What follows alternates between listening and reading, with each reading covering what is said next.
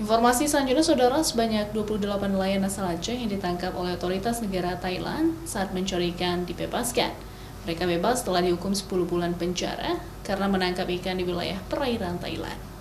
Ke-28 TNI ini tiba di Aceh pada Jumat siang. Mereka berangkat dari Jakarta menuju Bandara Sultan Iskandar Muda, Belang Bintang, Aceh Besar. Sebelumnya, para nelayan ini telah menjalani karantina di Jakarta sebelum kembali ke Aceh. Para nelayan mengaku diperlakukan sangat baik oleh otoritas Thailand meskipun ditahan selama 10 bulan. Para nelayan asal Aceh ini mengaku sangat senang karena bisa kembali berkumpul dengan pihak keluarga. Direncanakan ke-28 nelayan ini akan diantarkan ke pihak keluarga mereka. Iya, baru dikit.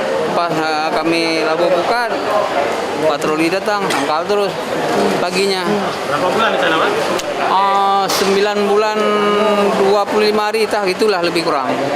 Jadi hari ini semua nelayan kita bawa ke kantor Dinsos untuk istirahat dan makan. Nanti bergabung dengan yang jam 2. Setelah itu kita kembalikan ke pemerintah setempat. Sebelumnya, para nelayan ini ditangkap pada tanggal 9 April 2021 dengan menggunakan kapal KM Rizky Laut 60 GT.